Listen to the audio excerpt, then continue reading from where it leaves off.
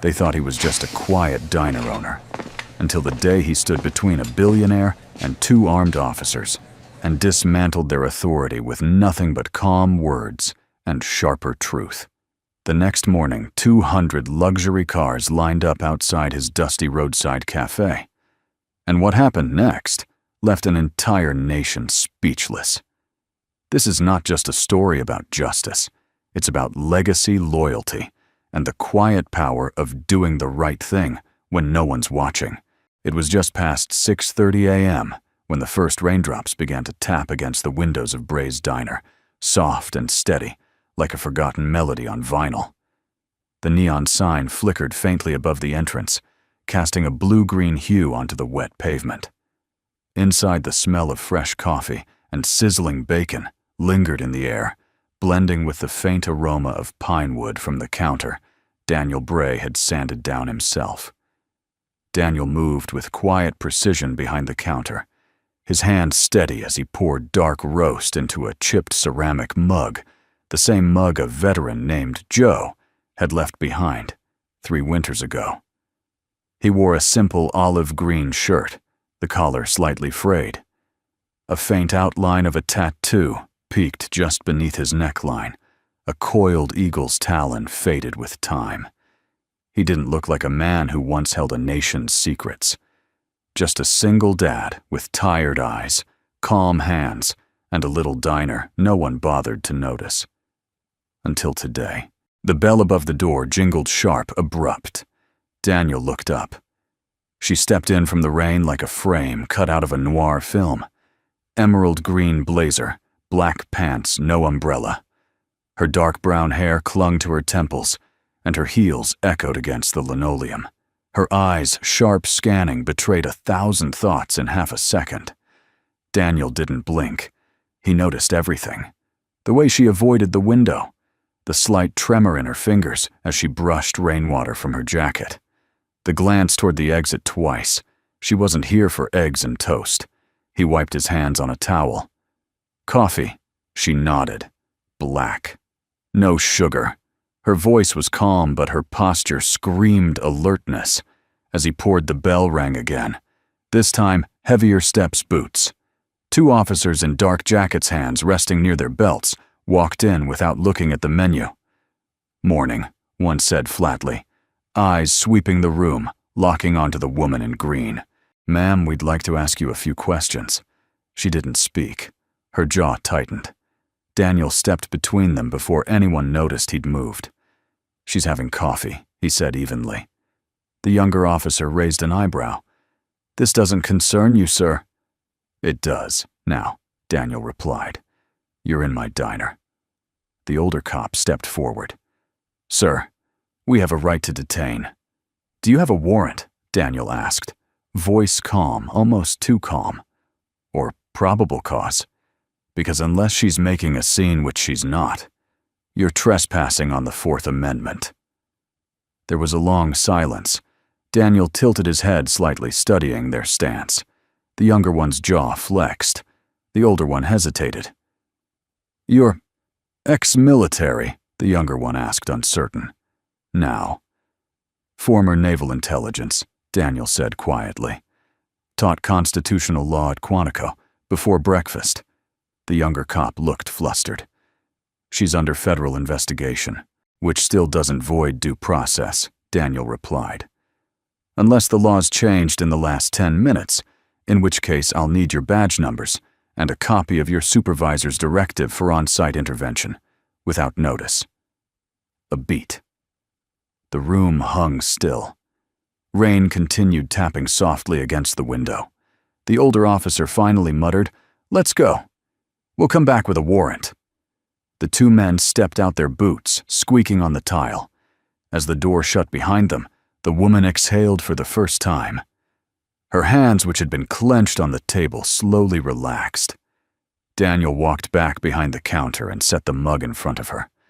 "Still black," he said, nodding to the coffee. She didn't answer right away. Instead, she stared at him as if trying to place his face among hundreds in her memory, and failing. "You could have gotten in trouble," she finally said. He gave her a small smile. Only if I'd been wrong. You weren't, no. She picked up the mug, cradled it between both palms. For a moment, her guard lowered, not much, just enough. Why, she asked. You don't know me. Daniel shrugged. I didn't need to. Outside, the rain was turning heavier. Inside, the diner felt warmer, not just from the heater humming in the corner, but from something else. Something beginning. The woman in green took a sip, eyes still on him. My name is Madeline, she said, barely above a whisper. Daniel nodded once. Daniel. She looked away toward the window where red and blue lights faded into the distance. You know who I am, don't you? Yes. And you still. I don't believe headlines, Daniel said, folding the towel in his hand. I read faces. She studied him, then leaned back slightly. Not relaxed, but less ready to flee. He noticed the way her fingers stopped trembling. She didn't know yet, not fully, that this man standing across from her wasn't just a diner owner or even a retired vet. She didn't know that 2 years ago he'd prevented a diplomatic breach by decoding a lie hidden in a UN ambassador's speech pattern, or that the president once asked him to debrief a spy too dangerous to be kept alive. She would learn. But for now, he just refilled her cup and said, Rain's not letting up anytime soon.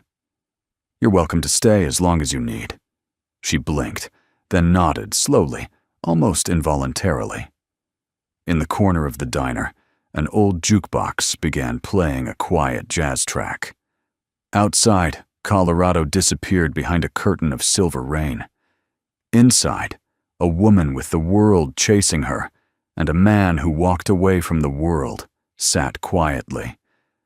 As the coffee steamed between them and something unseen began to shift, the coffee had long gone cold, but neither of them moved. Madeline stared into her mug like it held the last bit of truth she could rely on. Daniel, ever still behind the counter, watched the rain continue to trace invisible lines down the foggy diner windows. It was quiet except for the gentle clinking of dishes being dried in the back and the low hum of the refrigerator. Even the jukebox had fallen silent, as if it too was listening. I used to hate rain, Madeline said, finally, her voice soft. Now it's the only time I feel invisible. Daniel didn't respond right away. He simply dried the last plate, set it on the stack, and leaned his forearms on the counter close enough to hear far enough to not intrude. She looked at him again, searching not for judgment, but maybe for a fracture. Something to tell her he was just another person looking for a headline, a handout, or a reason to run. She found nothing but quiet. Your name's been in a few places lately, Daniel said calmly. Tech journals, Financial Times, and now apparently the Justice Department. Madeline gave a small, bitter laugh. Funny how fast you can go from keynote speaker at the Defense Summit to potential flight risk. Daniel raised an eyebrow. Is that what they're calling you now? They don't say it directly, she replied, taking another sip. But when 2 federal agents show up at your hotel room without a warrant, you stop assuming the system believes you. He nodded, not in agreement, but in understanding. Madeline hesitated, then reached into her blazer pocket. Daniel noticed her fingers still precise, still measured, like someone used to navigating high-stakes rooms where saying too much meant losing everything. She pulled out a folded slip of paper, water-streaked, wrinkled, and laid it on the counter. It was a printed email, part of it, redacted with a black marker. The subject line read, Re-project. Skylance do not pursue. Daniel scanned it once, then again. Military contracting, he asked. She nodded. I declined a proposal 2 weeks ago. Said it violated ethical AI parameters. Next thing I know, I'm being linked to an offshore laundering shell I've never heard of. Daniel's eyes narrowed slightly. And you think it's retaliation? I don't think she said quietly. I know. He didn't press further. He didn't have to. Her voice, the pause between her words, The way her gaze flicked toward the exit, they all told a story more reliable than documents. "Who else knows?" he asked. "Just you," she replied. Daniel slowly folded the paper again and handed it back. "And you came here?" Why, Madeline shrugged. "Didn't plan it. My driver panicked. I had him drop me 5 blocks away. Wandered into the first place with the lights still on." Daniel looked out the window toward the empty road. Then he turned back to her. "You're safe for now," he said. "But this place won't stay unnoticed long." She exhaled the weight of the last 48 hours pressing down on her shoulders. "Do you have a phone I could borrow?" she asked. Daniel shook his head. "Landline's disconnected. Cell tower out here's unreliable." She blinked. "So you're off the grid?" "By choice," he replied simply. "Some people retire." I disappeared. Madeline looked at him, a touch of disbelief in her eyes. "You don't strike me as someone who gives up." He smiled faintly. "Not giving up, just choosing where to show up." They sat in silence again. Then, without prompting, Daniel asked gently, "When's the last time you slept?" Madeline blinked, caught off guard. "I honestly can't remember." Daniel stood, walked around the counter, and opened a side door that led to the back. "Guest room's clean," he said. "Not much, but it's quiet. You can rest a few hours." She hesitated. "You don't even know me." "I know enough." She looked at him almost defiantly. "And what do you think you know?" Daniel didn't flinch. His voice was low, even but precise, like someone stating facts. "You were scared when you walked in, but not broken. Your clothes are tailored, but your shoes are worn. You drink your coffee without sugar control habit. When you speak, your pauses are calculated, trained from years of high-stakes communication. You came here not because you trust anyone, but because you ran out of places that made sense." He took a breath. "And you haven't touched your phone once since you got here, which tells me someone might be watching it." Madeline stared at him, stunned, not because he was wrong, but because he was so effortlessly right. "Who are you really?" she whispered. Daniel gave a small shrug. "Just a man who's learned to read between lines." She said nothing more. A moment later, she rose, walked past him quietly, and disappeared into the hallway. Daniel watched the door close behind her, then turned back to the counter. He didn't check the windows. He didn't grab a phone. Instead, he walked into the pantry, knelt beside a dusty wooden crate, and opened it. Inside was a military-grade field radio, long obsolete by modern standards, but still operational.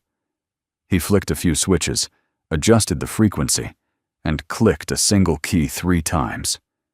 3 slow beeps echoed in the static. Then silence. Daniel sat back on his heels, staring into the dark. Somewhere, someone who owed him everything just received a signal that hadn't been used in over a decade. He didn't know yet what storm was coming, but he knew enough to prepare the ground. When Madeline emerged from the guest room, the rain had stopped. The air outside the diner was crisp, washed clean by the storm, and the soft golden glow of late morning filtered in through the windows. Her emerald blazer had been draped over a chair, revealing a plain white blouse, now slightly wrinkled from sleep. But her posture had changed, no longer guarded, but not quite at ease. She found Daniel standing outside, leaning against the rusted railing of the diner's front porch, a tin mug in hand, steam curling up into the autumn air. He didn't turn to look at her, but somehow knew she was there. "Sleep okay?" he asked. Madeline nodded, stepping out beside him. "Better than I expected." There was a long pause, not awkward, just quiet. She glanced down the road, still empty. Trees swayed gently in the breeze, the only sound a distant crow and the occasional rustle of leaves. The world seemed momentarily paused. "Do you always live this off the map?" she asked. Daniel sipped his coffee. "Not always. But I figured after spending most of my life reading other people's lies, It was time I lived somewhere that didn't require any. She studied him for a second. "You're not what I expected." He gave a small smile. "You didn't expect anything. That's the real reason you walked in." She opened her mouth to reply, but didn't. He was right. Again. They stood in silence for another moment before Daniel turned to her, this time fully. "You said something yesterday about being framed, about a contract you turned down." Madeline's jaw clenched slightly. The storm inside her, the one she'd learned to hide beneath calm eyes and controlled tones, flickered again. She took a breath. 3 months ago, my company, Bishop Dynamics, was offered a major AI integration deal. Defense adjacent, unmarked channels, no oversight. The numbers were obscene. Daniel listened without interruption. "I said no," she continued, "because the specs violated civilian safety protocols. What they wanted could override biometric permissions. Think facial recognition drones, but with no accountability." She paused, her hands tightening around the railing. 2 weeks later, the media started whispering about offshore accounts linked to my name. Then came the subpoenas, frozen assets, board members resigning, everything spiraling. Daniel nodded slowly.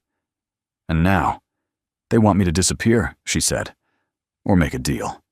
Admit guilt, hand over control of my tech, and walk away quietly." He was quiet for a long beat, processing not just her words, but her tone, her eyes, the way her voice cracked, not with fear, but frustration. Righteous anger. She wasn't running because she was afraid of losing. She was running because she refused to be bought. Daniel tilted his head slightly. "And yet, here you are, sitting with a stranger in a diner instead of calling your lawyer." Madeline looked down. "I don't know who to trust anymore. The people I built everything with. They disappeared the moment it got uncomfortable. Some were probably in on it from the beginning." Daniel nodded slowly, then asked the one question no one had dared to ask her. "What do you need?" She blinked, caught off guard. "Excuse me."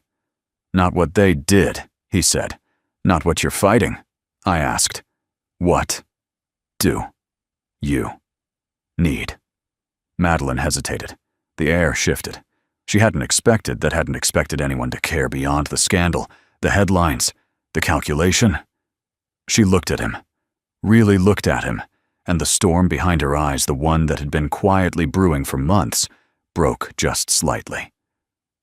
"I need someone to believe me," she said, voice barely a whisper. "Not because I have proof, not because of strategy. Just because it's the truth." Daniel said nothing. He didn't offer empty comfort. He didn't spout some cliché about justice. Instead, he turned, walked back inside, and returned moments later with something in his hand. It was a small device, military-grade, old, blackened at the corners. A portable hard drive, rugged casing encrypted. He handed it to her. "What is this?" she asked. "Every visitor this place has had in the last 2 weeks," he said. "Surveillance feed. It's old tech, but military secure. No cloud, no back door. Just analog backup." Madeline's eyes widened. "Why do you old habits?" he replied. "You'd be surprised how many people in power make poor decisions at 2 a.m. in diners off rural highways." She took the drive almost reverently. "You think someone's been watching me, I think." Daniel said slowly. "Someone already knows you came here. The question is what they're planning to do about it." Madeline stared at the drive in her palm, one small object holding the proof she desperately needed, but never expected to find here. "You just handed me a piece of your own privacy," she said. "I'm not hiding," Daniel replied. "You are." Another long silence. Then softly she asked, "Why are you helping me?" Daniel looked at her, and for the first time there was a flicker of something personal in his eyes. "Because I've seen what happens when good people stay silent," he said. And because once a stranger helped me when I had nothing to offer in return." Madeline swallowed the emotion rising unexpectedly. He turned toward the door. "Come on, I'll make breakfast. You look like you haven't had a real meal in days." She followed him back inside her steps, slower, less rigid. In the corner, Bella's small pink backpack sat beside a stool. A coloring book lay open to a half-finished drawing of a unicorn in a field. Madeline noticed it, but said nothing. She sat at the counter as Daniel cracked eggs into a pan and buttered toast with surgical precision. "How old is she?" Madeline asked softly. "7, Daniel replied. "Thinks she's 30. Reads like she's in high school. She's lucky," Madeline said, "to have a father like you." Daniel didn't respond, just flipped the eggs with practiced ease. As the smell of breakfast filled the air, something shifted almost imperceptibly. The fugitive and the ghost of a soldier sat in a forgotten diner on a back road in Colorado, where nothing ever happened, except perhaps for the beginning of something neither of them expected. The scent of maple syrup hung in the air like a gentle memory as Bella swung her legs beneath the booth. She had curly chestnut hair, mismatched socks, and a concentration face that could rival any federal agent, especially when building a fortress of pancake pieces around a river of strawberry jam. Madeline sat across from her, a second mug of coffee warming her hands. For the first time in weeks, she wasn't scanning the door or flinching at the sound of passing cars. Instead, she was watching this little girl with quiet fascination. Daniel stood behind the counter refilling the napkin dispenser like it mattered. "So," Bella said, eyes focused on her pancake fortress, "you're the lady with the green jacket." Madeline blinked. "I suppose I am. My dad said you were complicated. That's what he says about people when he likes them, but also thinks they might blow up the kitchen." Madeline laughed genuinely, the first real laugh in weeks. "That sounds accurate." Bella shrugged. "It's okay. I'm complicated too. I once tried to microwave a fork." Daniel raised his voice without turning. "And we're still not allowed to talk about it." Madeline smiled. "You've got quite the operation running here." Daniel glanced up. "Bella runs the front. I just keep the stove on and the wolves out." Madeline tilted her head. "Were there ever wolves?" Daniel didn't answer right away. His eyes held hers for a beat too long. "Not the kind with fur," he said finally. The mood shifted. Subtle, but enough for Bella to pick up on it. She stuffed another bite of pancake into her mouth and reached for her coloring book. "Do you want me to give you guys privacy?" she asked, completely serious. Daniel chuckled. "No need, Peanut. Just don't use the purple marker on the table again." As Bella returned to her drawing, Madeline leaned forward, lowering her voice. "Last night, when you keyed that signal." "Who were you reaching?" Daniel didn't answer immediately. He cleaned a spot on the counter that didn't need cleaning. When he finally looked at her, his tone had shifted quieter, more guarded. "Someone who owes me," he said. "From a long time ago. If they're listening, I'll get a response soon." Madeline studied him. "You were more than just intelligence, weren't you?" Daniel's eyes flicked toward Bella, then back to Madeline. "That part of my life ended a long time ago. But it didn't leave you," she said, more as a statement than a question. Daniel gave a small nod. "Some things get into your bones, especially when you learn how to see the world for what it is, not what people pretend it to be." Madeline's voice softened. "What happened?" He exhaled slowly, as if the memory tasted like smoke. "Kandahar. 2006. A man in a suit handed me a folder thicker than the Bible and said, 'Find the mole.' He paused. I found 3. She blinked. Triple breach, Daniel nodded. 1 in communications, 1 embedded in logistics, and 1. His voice tightened inside the Department of Defense itself. Madeline leaned forward. "That kind of discovery doesn't go unnoticed." "No," he agreed. especially not when I refused to bury the third name. What happened? Daniel smiled grimly. Let's just say the man I exposed had a lot of friends. They offered me a deal, walk away quietly or disappear permanently. And you chose, he gestured around. This. Madeline sat back, stunned. You gave up everything. Daniel didn't flinch. Not everything. I kept the part that mattered. He looked over at Bella, who was now humming to herself as she colored in the tail of a unicorn with unnatural focus. My wife Claire passed 2 years later. Cancer. Fast and cruel. After that, it was just us. Madeline's expression softened, the sharp edge of her composure melting. I'm sorry, she said. Daniel nodded once, accepting, but not dwelling. Bella thinks I'm just a really good cook, he added with a smile, and a really bad dancer. She's probably right about both, Madeline said gently. He chuckled. Probably. The moment lingered tender still, but then Daniel's eyes flicked toward the corner of the room. A red light blinked twice on the back panel of the field radio. He stood immediately, every movement suddenly calculated. Not rushed, precise. Madeline stood too. Is that them? Daniel didn't answer. He moved to the back pantry and opened the crate. The radio blinked again, then went still. He adjusted the frequency. A short burst of static cracked through the air. Then a voice, low, gravelly, and unmistakably amused.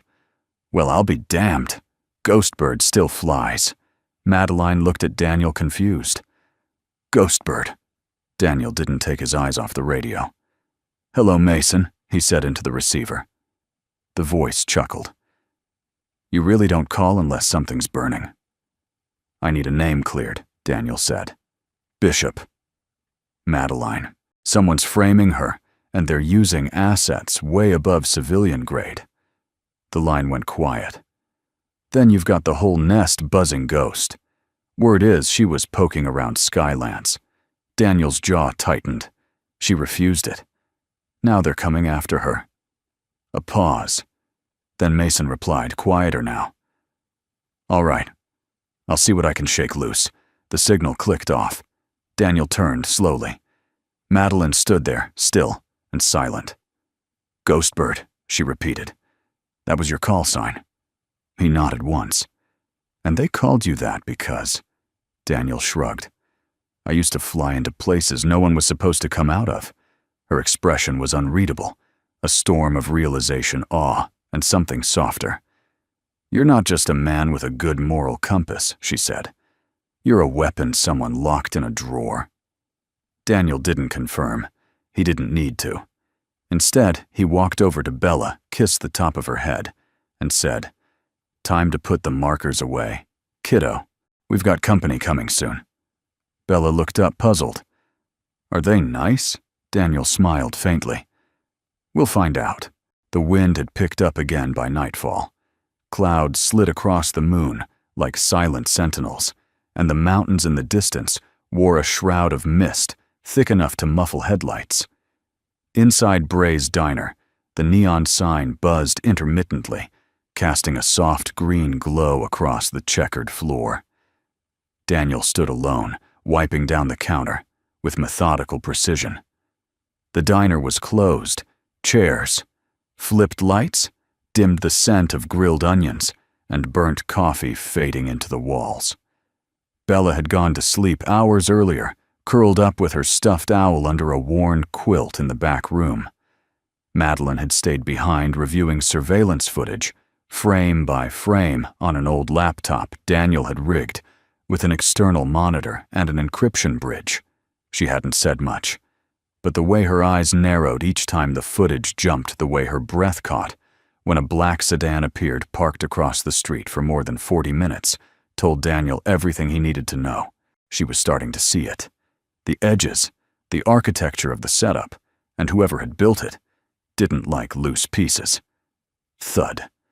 A small sound echoed through the silence. Daniel froze. Not a door, not a window, not footsteps, just the sound of something soft and thin sliding across tile. He turned his head slowly toward the front door. There, just inside the threshold, half-shadowed by the dim porch light, was a manila envelope, its corner still curling slightly from motion. No knock, no footsteps retreating, just that single deliberate delivery. Daniel walked over, knelt down, and picked it up. No return address, no stamp, no handwriting, just his name typed in small, centered font. Mr. Daniel Bray. He turned it over. The seal wasn't glued, just tucked. They wanted him to open it, and they wanted him to know they were close enough to leave it. Madeline stepped out from the back room at that moment, rubbing her neck. Did I just hear Daniel held up the envelope before she could finish? Her eyes sharpened instantly. Where did that come from? Someone wanted us to find it. Not chase them, Daniel said. Calculated delivery. No signature, no flair. Quiet threats always come in Manila. He peeled the flap open and removed the contents. Inside was a summons, court-stamped and sealed. An official notice from the Jefferson County Courthouse compelling him to appear as a material witness in the preliminary hearing of the United States versus Madeline Bishop. Attached to the back was a printed letter unsigned with a single line. You should consider your daughter's future before testifying. Daniel didn't blink. He read it twice, then passed it silently to Madeline. Her face paled. They threatened Bella. They tried to, he said flatly. But they made a mistake. She looked at him. Which was, they thought I scare easy. Daniel walked to the window, carefully pulling back the curtain just enough to scan the street. Empty. No headlights. No footprints in the gravel. Whoever left the envelope had training. This means the clock just started, he said. They're escalating, which means they're worried. Madeline folded the letter slowly, deliberately. They want you off the board. No testimony, no context. Just me, isolated, painted however they want. Daniel turned back to her. And you can't fight shadows without light. She met his gaze. You're still willing to stand in that courtroom? His answer was calm, direct. I was willing the moment I saw your eyes weren't lying. For the first time, Madeline looked unsteady. You don't have to protect me, Daniel, she said quietly. You have a daughter. A life. They're trying to turn you into collateral damage. He stepped closer, voice low but unwavering. I've lived long enough to know the difference between danger and purpose. What you're facing, that's not just corruption. It's decay. And I won't let my daughter grow up in a world where good people stand down, because the bad ones know how to file paperwork. Madeline's breath caught. In that moment, there was no pretense between them. No billionaire and no veteran. Just two people standing on the edge of something bigger than both, and choosing not to back away. Daniel tapped the envelope against his palm, then tossed it on the counter. Jefferson County Courthouse, he murmured. That's Judge Dorsey's jurisdiction. Madeline blinked. You know him? Daniel nodded. I saved his life. Kandahar. He was a legal observer embedded with a NATO convoy. Their position got overrun radio silence for hours. I broke protocol and went in alone to find survivors. She stared at him. Alone. 2 medics, 3 contractors, and 1 judge with a dislocated shoulder, Daniel said. Pulled them all out before sundown. A faint smile tugged at Madeline's lips. You really are the man people write myths about. Daniel shrugged. I'm just a man who keeps receipts. He walked toward the coat rack, pulling down an old canvas jacket. Inside one of its inner pockets, long forgotten, was a small leather-bound notebook. He flipped it open. Scrawled in faded ink were names, numbers, frequencies. Some crossed out, some underlined. He found the one he was looking for. Dorsey Fed, Judiciary, Denver line. Private Daniel stared at the number for a long moment. Then he picked up the diner phone, an old rotary model with a rebuilt receiver, and dialed. It rang once, twice. Click, a voice slow and authoritative. "This is Judge Dorsey." Daniel spoke 2 words. "Kandahar Delta 12. Silence. Then my God. Ghostbird." Daniel allowed himself a slight smile. "I need 10 minutes of your time, Judge. No more, no less." "You've got it," came the reply. "And anything else you need." The courthouse was built to intimidate. Tall marble columns, granite steps wide enough for a military parade, and a brass seal of the United States hammered into the double oak doors that had kept truth and lies locked in equal measure for decades. Daniel Bray stood at the base of those steps in a charcoal jacket that still held the scent of diner coffee and rain. His boots were clean, but worn, not polished for court, but solid ready. Behind him, Madeline adjusted her collar and glanced toward the heavy security presence at the top of the stairs. He could feel her tension. "You've been in bigger fights than this," he said calmly. She smirked, hollow but grateful. "Not in heels." They walked side by side through the metal detectors. 2 bailiffs scanned their IDs. Daniel noticed the faint hesitation when they read his name, a moment of quiet recognition. Inside the courtroom was already half full. Reporters, federal observers, corporate lawyers, in suits that cost more than his diner's monthly rent. All clustered near the back rows, whispering theories, eyeing Madeline like she was already halfway to a conviction. At the front of the room sat Judge Benjamin Dorsey, early 60s, sharp-featured black robe, crisp eyes scanning over paperwork, with the speed of a man who'd seen too many lies dressed up as logic.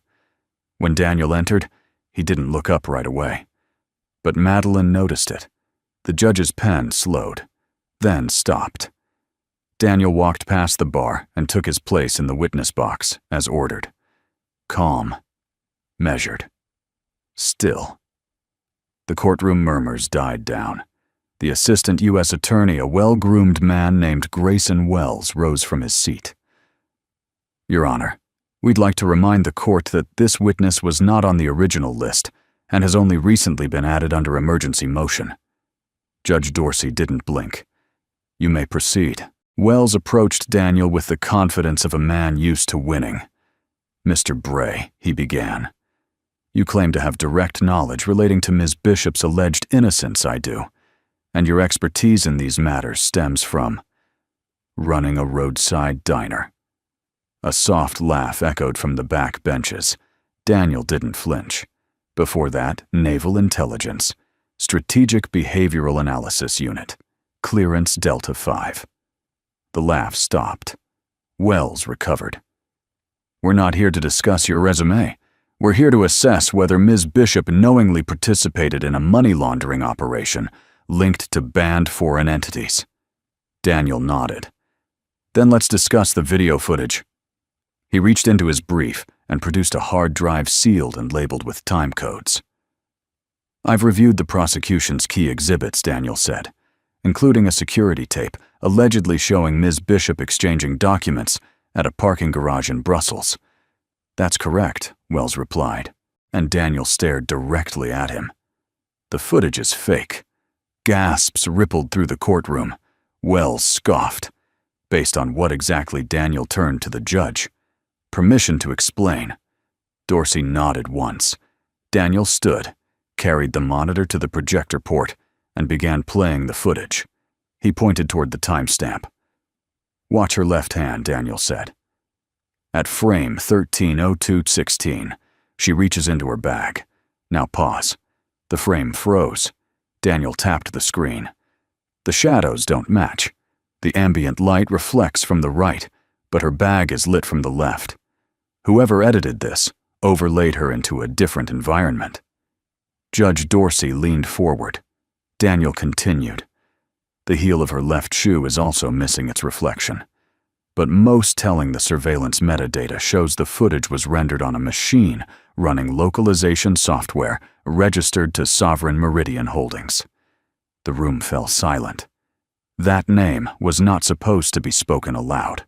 It belonged to a powerful defense contractor with deep political ties and a history of making problems disappear. Wells scrambled.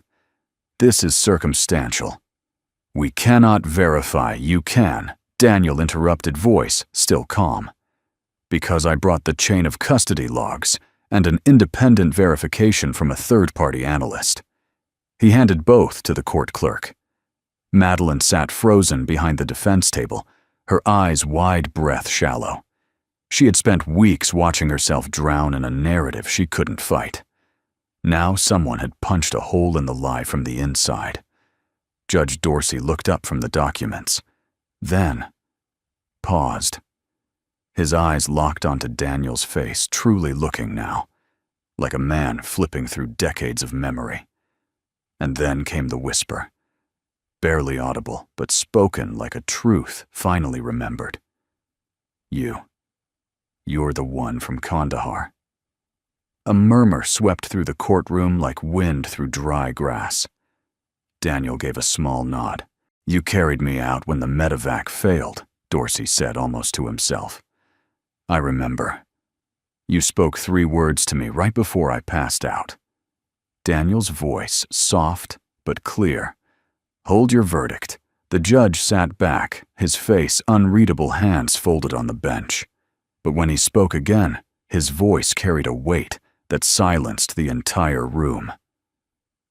This court will grant a motion for immediate review of all presented evidence, he said, and a temporary suspension of all pending charges against Ms. Bishop until independent forensic verification is completed.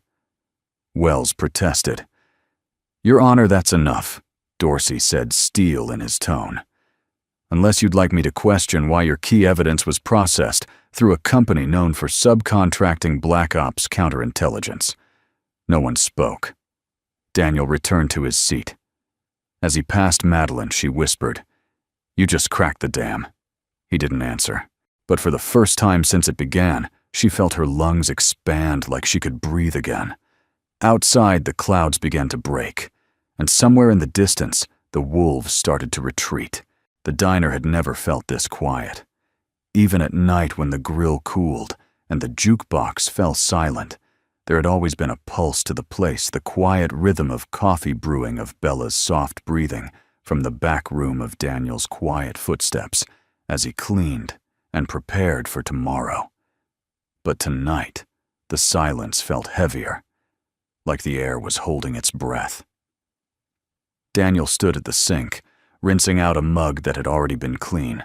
His sleeves were rolled to his elbows, revealing forearms scarred from another life, one few ever got to ask about, and fewer still dared to understand.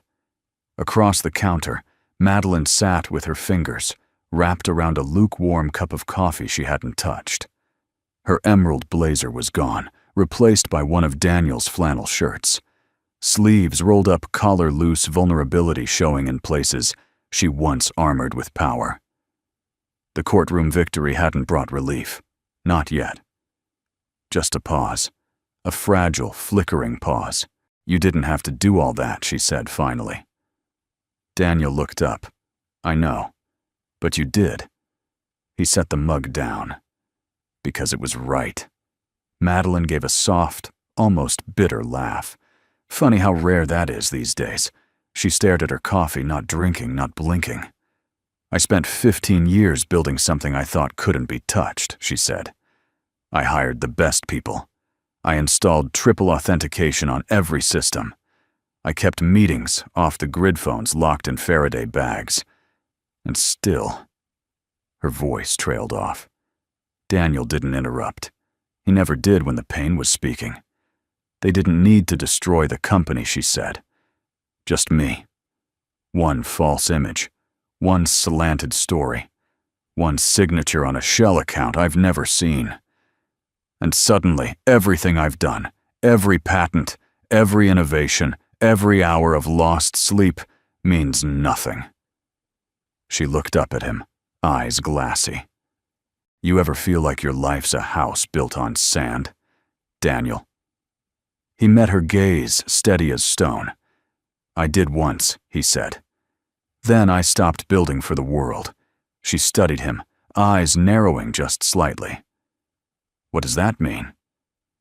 Daniel walked around the counter and sat across from her elbows, resting on the formica table, like it was the most natural thing in the world. It means I stopped asking if the world would understand me, or respect me, or reward me, he said.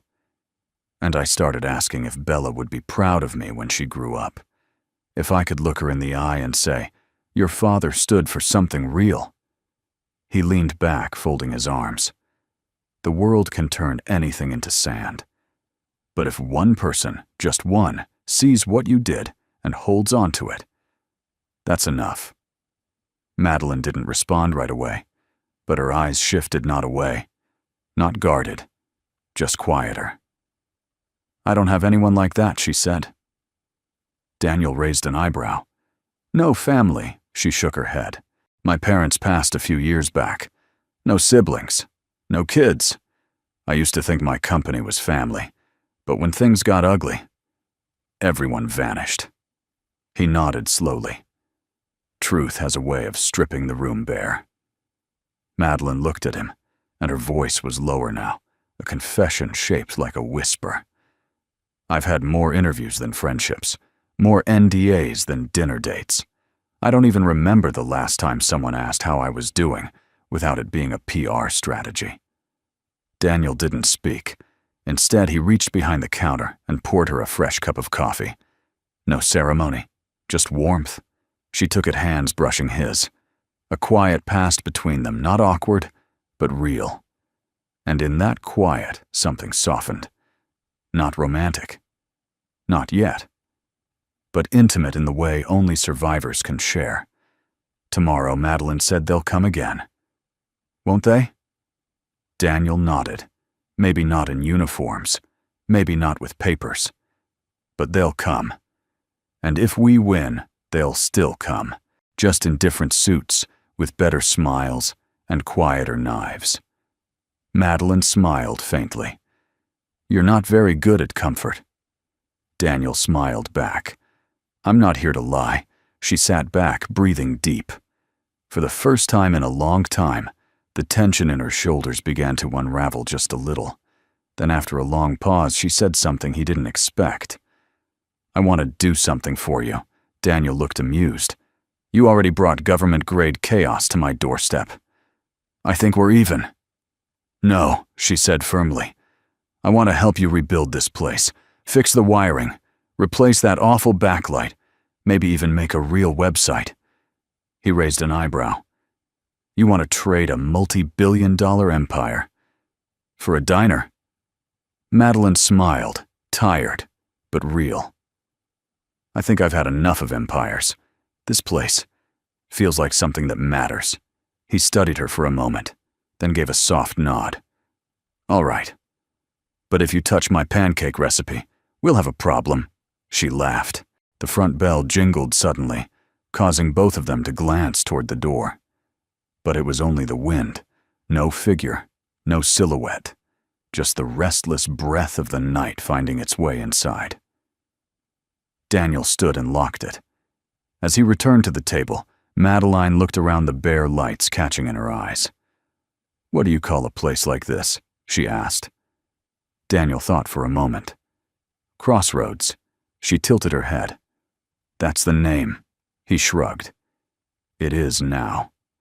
She smiled again, and just before the silence returned, she whispered, "Then maybe this is where I was supposed to end up." Morning came slowly over the mountains, stretching warm fingers of sunlight across the Colorado sky.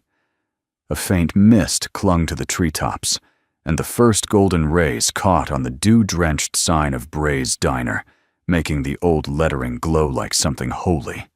Inside the diner was already alive, not with customers, but with the rhythm of rebirth.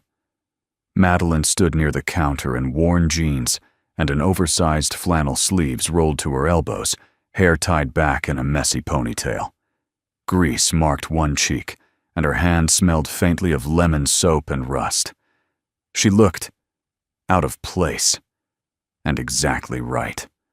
Across from her, Daniel knelt near a faulty panel beneath the stove flashlight, clenched in his jaw, a tangled mess of wires and age-old stubbornness staring back at him. "I think this wire's fused," he muttered through his teeth. Madeline knelt beside him, peering in. Or maybe it's just afraid of commitment. Daniel laughed, low, unexpected, but genuine. "You've done this before?" he asked. Madeline shrugged. "I grew up taking apart kitchen appliances. My father used to say if I could disassemble a toaster and put it back together, I'd be ready to run a company." "And did you? I broke the toaster," she said, grinning. "But I still got the company." Daniel smiled and handed her the wire snips. Their fingers brushed again, and this time neither looked away. The diner smelled of old wood, fresh coffee, and hope.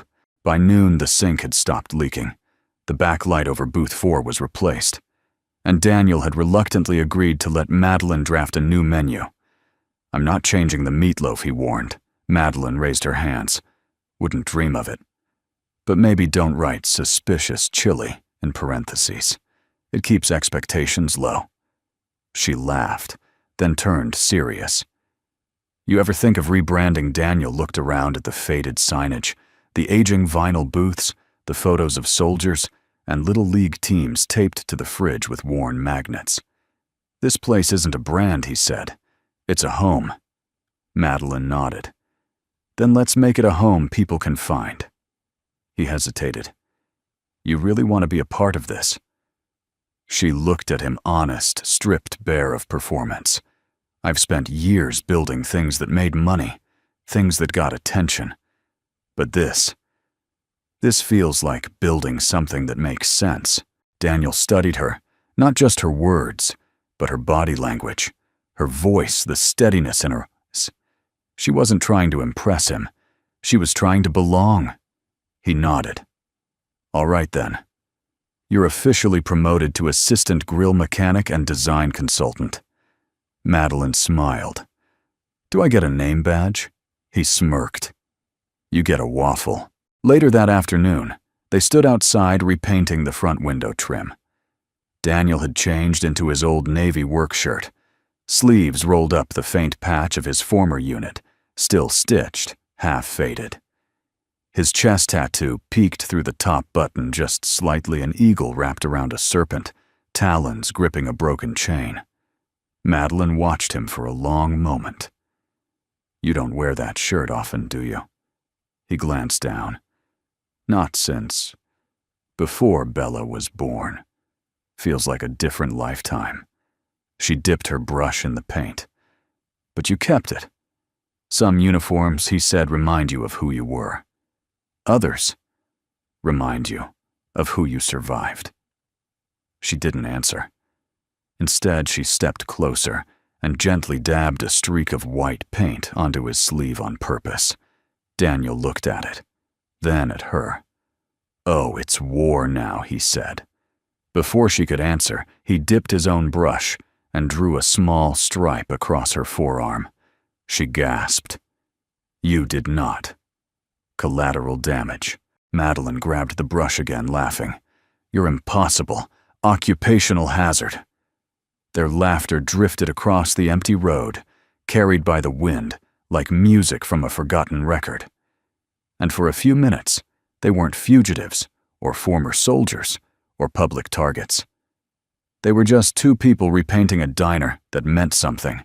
As the sun began to lower behind the hills, Daniel poured 2 mugs of coffee and joined Madeline on the front steps. They sat shoulder to shoulder, watching the world turn gold. She sipped quietly, then asked, "Do you miss it?" He didn't have to ask what. "Sometimes," he said. "The clarity, the purpose, the adrenaline, but not the silence afterward, not the ghosts." She nodded. "I miss being sure of things, of people, of who I was supposed to be." "You still can be," he said.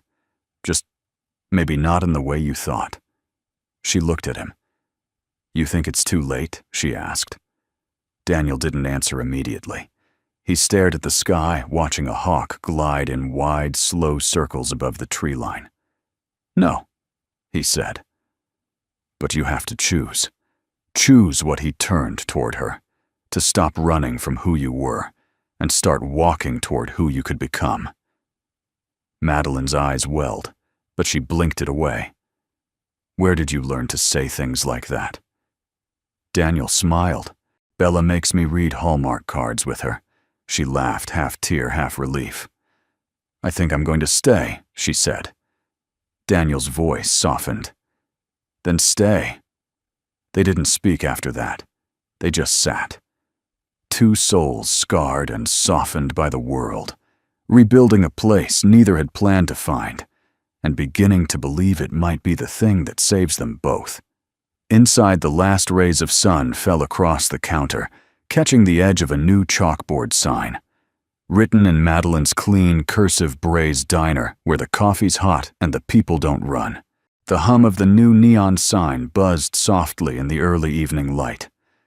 Bray's Diner, where the coffee's hot and the people don't run. It flickered once, then held steady like the heartbeat of a place that refused to be erased. Inside, Daniel wiped down the counter, while Bella sat at a nearby booth diligently doing math homework with her usual mix of curiosity and defiance. Madeline was in the back office printing out updated menu designs. For a moment the world felt simple, unthreatened. But simple rarely lasted. The bell above the door jingled. 3 men stepped in. Not in uniforms, not the type Daniel had trained to recognize instantly, but it didn't matter. Their posture, their eyes, their silence. It all screamed the same thing: authority without invitation. They wore matching dark windbreakers with discreet lapel pins. Not local law enforcement. Not FBI. Something in between. "Can I help you?" Daniel asked, drying his hands on a towel. The man in the middle stepped forward. He looked around the room slowly, then offered a smile that never reached his eyes. "Afternoon," he said. "I'm Special Liaison Harper. These are my associates from the Federal Infrastructure Oversight Division." Daniel raised an eyebrow. "That a real department?" Harper's smile widened. "It is when necessary." Behind the counter, Bella looked up. Daniel gave her a small nod, the kind only a father and a soldier can send. She closed her notebook and quietly slipped into the back room. Harper continued. "We've received a series of flagged security reports about this property. Some irregular financial activity. Potential connections to an ongoing federal investigation." Daniel leaned forward, hands flat on the counter. "This a search, or just intimidation?" Neither Harper replied smoothly. "This is a courtesy, but we are authorized to initiate a temporary freeze on assets connected to compromised investigations." He slid a file onto the counter, a federal form with SEALs citations and language vague enough to mean anything and specific enough to scare people who didn't know better. Madeline stepped into the room just then, and Harper turned. "Ah, Ms. Bishop. Always a pleasure to meet a headline in person." She froze, eyes narrowing. "What do you want?" she asked flatly. Harper lifted the file. "We're reviewing properties tied to material witnesses. Given your pending status and Mr. Bray's testimony, this location is now under discretionary regulatory hold." Daniel chuckled. "That's a fancy way of saying you're trying to shut us down." Harper didn't deny it. Madeline stepped beside Daniel. "You don't have jurisdiction here. Not yet," Harper said. "But we're close." Daniel opened the file, scanned it quickly, then without a word, walked to the back room and returned moments later with a worn leather binder, his personal legal archive.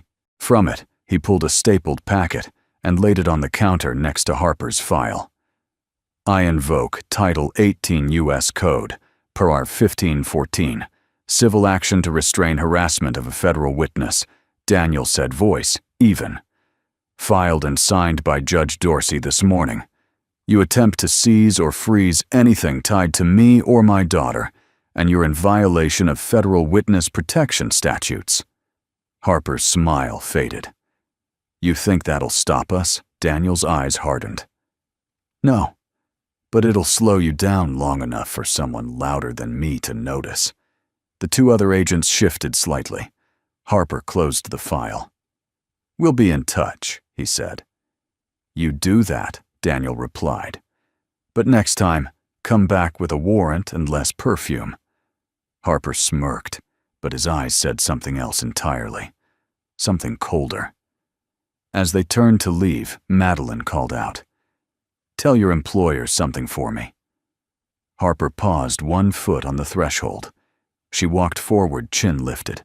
"I didn't fall when you froze my accounts. I didn't fold when you framed me. And I sure as hell won't disappear because you're scared I'll fight back. So send your lawyers, your leaks, your goons." She leaned in, voice low. "I'm still standing." Harper met her gaze. For now. Then they were gone. The door closed. Silence returned. But it was a different kind of silence, not peace, but the quiet right before a storm. Daniel exhaled, slow and controlled. Madeline leaned on the counter, the adrenaline slowly draining from her limbs. "They're desperate," she said. Daniel nodded. "And dangerous." Bella peeked from the back, wide-eyed. "Daddy." "Are they going to take the diner?" Daniel walked over and knelt in front of her.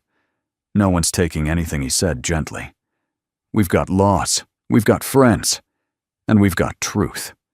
She hugged him tightly, and for a moment Daniel allowed himself the smallest crack in the armor, just enough to hold her back, like she was the only thing keeping him rooted to the earth. Later that night, after Bella was asleep, and the last of the paperwork had been locked away, Daniel sat outside on the steps, sipping lukewarm coffee and watching the stars blink awake. Madeline joined him, blanket draped over her shoulders. "Your courtroom presence was impressive," she said softly. "But that was terrifying." Daniel didn't look at her. That was the real courtroom. No judge, no rules, just pressure and leverage. "You think they'll escalate?" He nodded. "They already have. But it means we're close to something they can't afford to lose." Madeline sipped her tea, then asked, "Are you scared?" Daniel turned to her. "Always," he said. "But I'm used to walking with it." She smiled faintly. "You ever get tired of fighting?" Daniel looked at the stars again. "Only when I forget why I started." Madeline reached out, rested her hand over his. "Then don't forget. Not now." He didn't move, but the warmth of her touch stayed long after the night grew cold. The sun hadn't yet risen when Daniel padded into the kitchen, barefoot, rubbing sleep from his eyes. The diner smelled faintly of last night's grilled cheese, and something sweeter, cinnamon maybe, or clove. He reached for the coffee pot, only to find it already brewing. Strange. Madeline stood at the counter fully dressed, hair tied back, her blazer pressed and clean. The same woman who had walked into his life, disheveled, hunted, silent, now stood tall. Sharp, ready. "You're up early," he said. She turned. Didn't sleep. Daniel leaned on the counter. "Something's coming, isn't it?" She nodded. "And this time, I'm not running from it." Before he could ask, Madeline placed a folded paper on the table between them, crisp, recently printed. Daniel scanned the heading. Official press statement. Madeline Bishop. His brow furrowed. "I'm going public," she said. "Today." Daniel set the paper down slowly. "You sure?" Madeline nodded. "I've spent weeks being silent, careful, and they've used every second of it to paint me as guilty. It's time to reclaim the narrative." Daniel studied her, not her words, but her stillness. She wasn't charging into battle. She was standing in fire without blinking. "What's your plan? I've already sent a request for airtime," she said. "Live segment. Noon. National network. If they block it, I've got 3 major podcasters lined up and 10 million subscribers waiting to hear the truth." Daniel gave a soft whistle. "You've been busy. I used to build platforms," she said. "Now I'm going to use one." He nodded slowly, then paused. "Do you name me?" "No," she said. "But I mention you. The diner.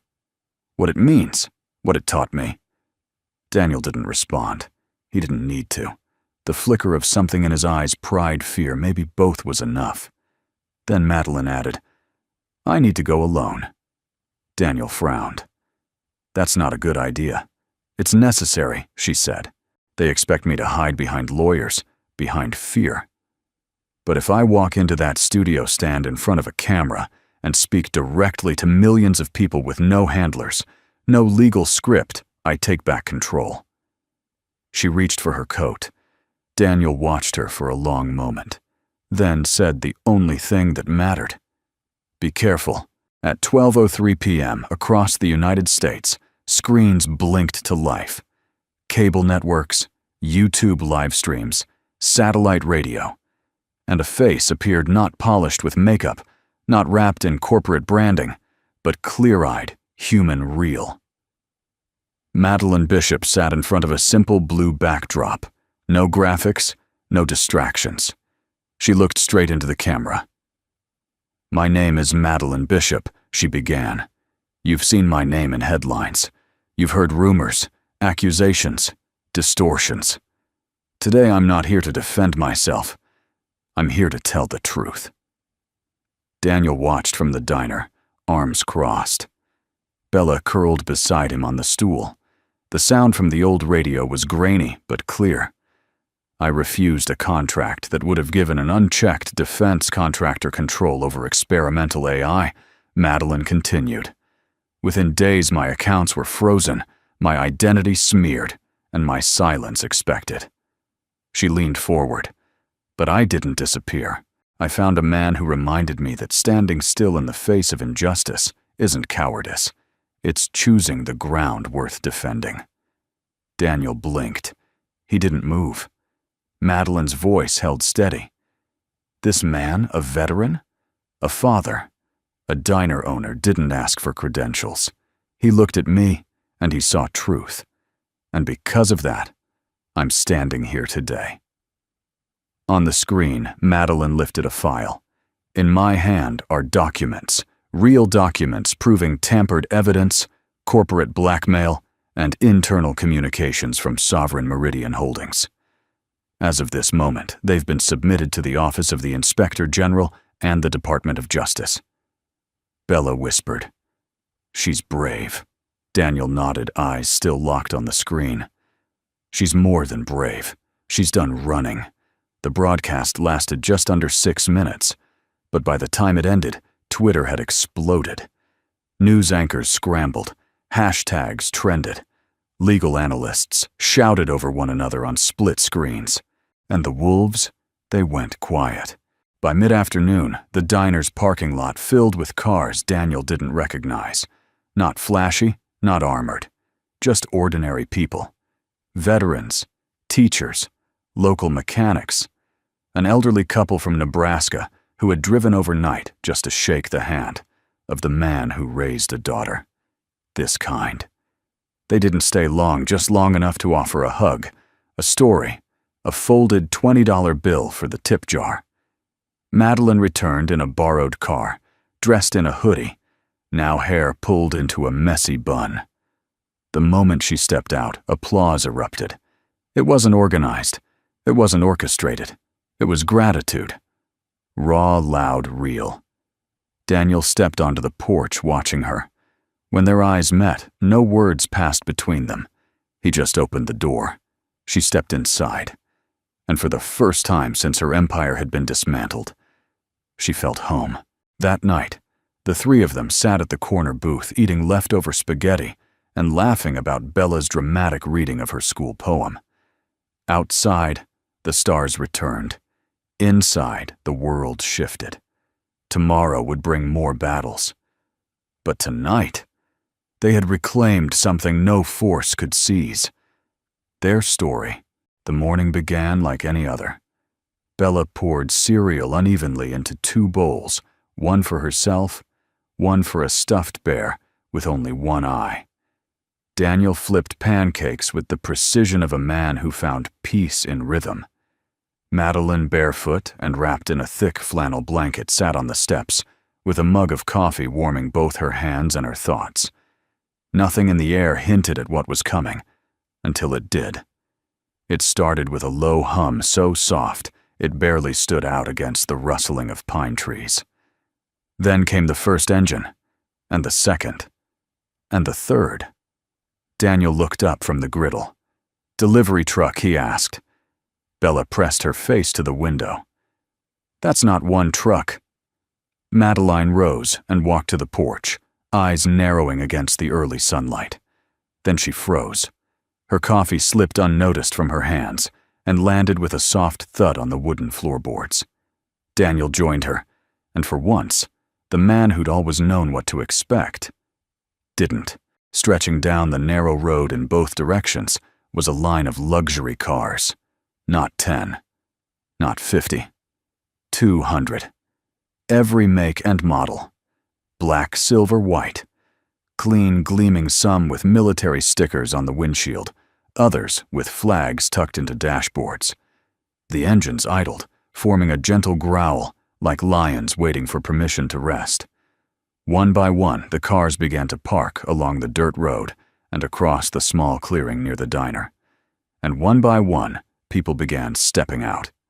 Not reporters, not tourists. People. The first was a man in a neatly pressed suit sleeves, rolled face-weathered eyes sharp. He walked up the steps, removed his cap, and said in a deep voice, "Lieutenant Bray saved my life in Kabul. Taught me how to read people instead of orders. I wouldn't be a federal judge today without him." Daniel blinked. The man reached into his coat and handed Daniel an envelope inside a check. No name on it. Just the words, "For Bray's Haven. Keep the lights on." Before Daniel could respond, the next person stepped forward. A woman in her 50s, wearing a teacher's lanyard. "He coached my son through PTSD when no one else could reach him." Another check. Then a younger man, tattoos on his forearms, a faint limp, wearing a diner apron from a town 4 states over. "He gave me a job when I got out. No questions asked. Taught me how to cook eggs without burning the bottom." Then came more. A nurse, a mechanic, a woman who now ran a crisis shelter, each one with a story, each one with a check or a hug or a quiet tear held back out of respect. Madeline stood beside Daniel, speechless. "You never told me," she whispered. Daniel didn't take his eyes off the crowd. It wasn't the kind of story that needed telling, but the world had decided otherwise. Soon the diner was surrounded, not by threats, not by cameras, by gratitude. They came and went throughout the day. Some stayed for coffee. Others just shook Daniel's hand and drove away. A few left letters. One woman left a small wooden box filled with photos of a soldier Daniel had helped extract from an ambush 12 years ago. On the lid she had carved, "Because you made it home, he did too." Bella floated between people like she'd known them all her life, passing out lemonade and asking names like a tiny mayor. Daniel, for once, didn't try to shrink into the background. He stood tall, received, held hands, let people cry. Madeline watched from the doorway, arms crossed, heart full. This was not about fame. It was about legacy. The kind not built in headlines or boardrooms.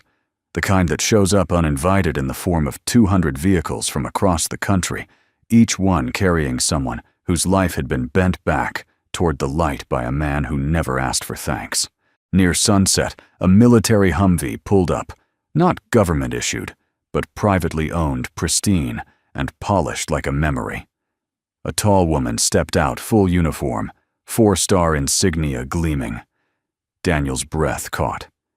"General Eaton," he said quietly. She saluted. "Permission to enter civilian premises, sir," she said, half formal, half smiling.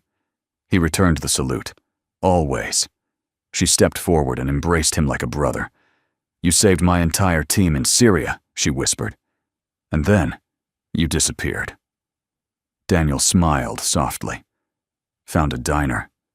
She looked around. "Looks like you built more than that."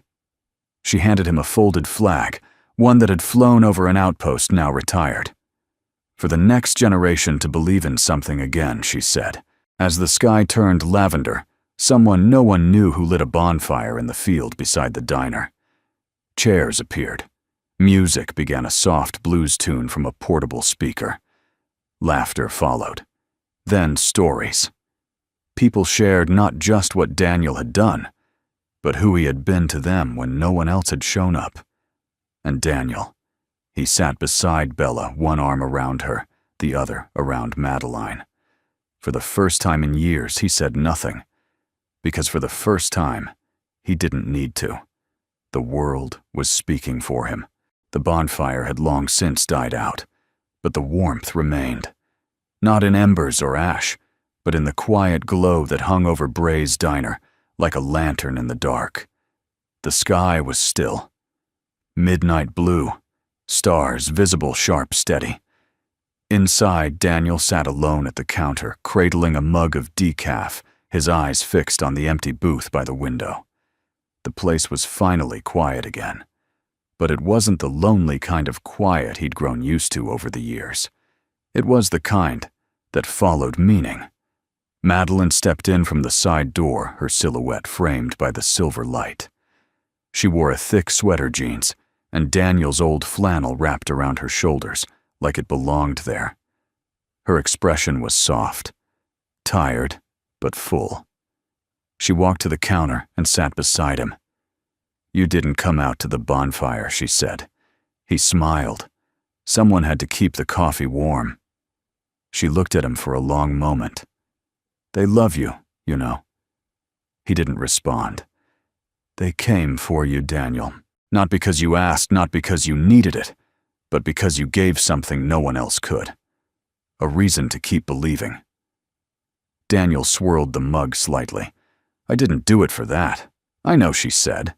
"That's why it mattered." A long silence stretched between them, not empty, but weighty, like a question neither had asked yet. Then Madeline placed a thin folder on the counter between them. He glanced at it. No title, no label. Just her handwriting on the front Haven Foundation proposal. Daniel exhaled through his nose. "You didn't waste time." "I've been wasting years," she said simply. "Time to change that." She opened the folder. Inside were crisp documents drafted and clean. Mission statements, organizational charts, financial structures. But what caught Daniel's eye was the logo sketched on the top page. A simple outline of a lantern with the flame formed by 3 overlapping fingerprints. She explained softly, "A foundation. National. Focused on supporting veterans' small-town shelters, second chance programs. No red tape, no exploitation, just good people helping good people." Daniel didn't say anything. Madeline continued, "I want you to run it with me, not as a figurehead, as a leader. You've lived what this is meant to be. You are what this is meant to protect." He looked at her eyes, steady, not unkind, but distant. "You want me to leave?" Madeline shook her head. "I want you to lead." Daniel leaned back on the stool, gazing out the window. "You remember what you said when we first met?" he asked. "You said you felt invisible when it rained." She smiled faintly. "And you said you read faces." "I did read yours," he said. "But I didn't see a billionaire, or a fugitive, or a strategist. I saw someone trying to remember who she used to be before the noise." She looked down at her hands. "I still am," she whispered. Daniel stood and walked over to the light switch by the window. With a flick, the diner's porch lights blinked off, then on again. "You see that?" he said. Madeline nodded. "What about it?" He turned back to her voice, low but clear. "I built this place so the light would always be on. For anyone, any time. Someone lost. Someone scared someone just needing to remember they're not alone." He stepped back to the counter. "And if I leave now, what message does that send?" Madeline opened her mouth, then closed it. She understood. "You think I should stay?" she said. Daniel shook his head. "I know I should stay." He reached for the proposal folder and closed it gently. "But I'll help you. Every step, every policy, every hire. I'll guide you through it, connect you with people who know what sacrifice really means. I'll be part of it, just not from an office with frosted glass." Madeline's throat tightened. "You're turning down a national platform." "For a diner," Daniel looked at her. "This isn't a diner. This is my battlefield, my chapel, my promise to Bella that the world can be good if we choose to make it so." He glanced toward the back room where Bella slept, unaware of the gravity hanging in the air. "She needs to see that staying doesn't mean settling. It means standing." Tears welled in Madeline's eyes, but she didn't let them fall. Instead, she reached across the counter and placed her hand on his. "You changed my life," she said softly. Daniel smiled. "You changed your own. I just kept the light on long enough for you to see it." They sat like that for a while, two souls lit by the quiet courage of knowing their paths were not the same, but no longer alone. Outside, one by one, the porch lights of the cars still parked along the road flicked off as people settled in for the night. But the diner's lights, they stayed on. 6 months later, the road to Bray's diner looked a little different. The potholes had been patched. The wooden sign out front had been replaced, same font, same name, but newly painted, freshly sealed. Beneath it, a second sign had been added, home of the Haven movement. Coffee. Courage. Community. People still came in waves, truckers passing through, veterans on cross-country rides, college kids making documentary projects, and sometimes just quiet souls who needed to sit at a booth, sip something warm, and not explain why they looked tired. Daniel Bray still stood behind the counter, apron, slightly stained sleeves rolled up, face softer now, not because he had aged, but because something in him had settled. He'd become the kind of man people didn't just admire, they trusted. Madeline visited twice a month. Each time she arrived, the townspeople waved like she was one of their own. She never came with security, never wore suits, always jeans and a button-down, and sometimes a childlike grin that Daniel teased her about relentlessly. The Haven Foundation had grown faster than she'd expected. With Daniel's quiet guidance and his network of ghosts, it became a blueprint for how compassion could be structured, a decentralized support system for veterans, single parents, trauma survivors, and second chance programs across the country. And though Daniel refused a formal role, his fingerprints were on everything from the vetting protocols to the no red tape clause written into every grant. He'd named that clause himself. That morning, the diner smelled like cinnamon muffins, Bella's new favorite experiment, and bacon sizzling on the griddle. The old jukebox was softly playing an Otis Redding song, scratchy but soulful. Bella now ate, and emboldened by the attention of hundreds who knew her as the kid who runs the place, was handing out menus with the assertiveness of a campaign manager. She wore a t-shirt that read, "Bray's Haven. No one eats alone. Table 4 needs more napkins," she declared to Daniel, hands on her hips. Daniel saluted. "Yes, ma'am." Madeline, already sipping her second coffee, leaned against the window. "I like her management style," she said. Daniel grinned. "She takes after her mother." Madeline's smile softened. "Claire would be proud of both of you." Daniel didn't speak, but something flickered in his eyes. A memory, a quiet thank you, and maybe even a little peace. Later that afternoon, when the rush had passed, Daniel and Madeline sat outside on the porch, watching cars come and go. The sun was beginning its descent behind the ridge, casting long amber shadows across the gravel lot. Bella played nearby with a puppy. One of the regulars had gifted her a golden retriever named Waffles, who seemed just as invested in greeting guests as Daniel was. "I've been thinking," Madeline said, sipping her iced tea. Daniel raised an eyebrow. "Dangerous habit." She rolled her eyes. "About expanding." He gave her a look. "You mean the foundation, I mean this." She gestured to the diner, to the road, to the moment. "Brazehaven isn't just a place anymore. It's a symbol." What if there were more? Daniel considered it. "People don't need more diners," he said. "They need more places that remind them they're human." "Exactly," she said. "And you built that." "Not me. Not a boardroom. You. With pancakes and quiet kindness." He smiled. "And burnt chili." She laughed. "That too." They sat in silence for a long time. Then Daniel said, "You know what I've learned. What that you don't have to change the whole world to mean something. Just your corner of it. And sometimes, if you're lucky, your corner grows." Madeline looked out at the road. It has. That evening, as dusk settled, people began arriving for community night, a tradition that had started spontaneously and now ran like clockwork every Friday. There were guitars, potluck casseroles, a kid reading poetry under string lights, an older veteran telling jokes that didn't quite land but still earned applause. Bella stood up on a small crate and announced, "Tonight my dad's going to sing." Laughter erupted. Daniel blushed. "I most certainly am not." "Oh yes, you are," Madeline said, handing him a mic. "For the cause." "What cause?" She smiled. "For joy." Daniel rolled his eyes, but he took the mic, and as he fumbled through the first few lines of an old John Denver tune, people clapped along, off rhythm, off pitch, and completely perfect. The world wasn't fixed.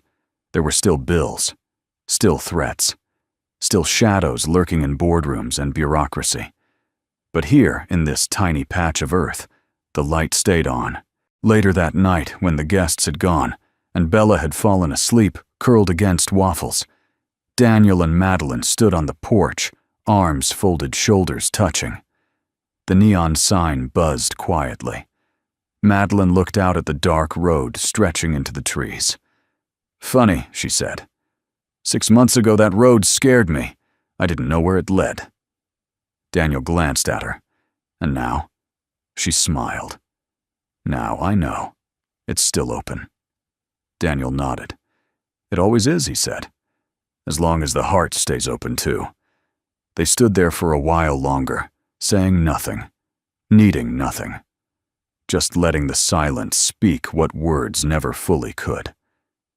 And inside the diner, a soft light glowed against the window pane, waiting for the next soul who might one day need it. If this story touched you, we'd love to hear from you. Where in the world are you watching from? Drop a comment below and share a little about your own journey. We truly read every note.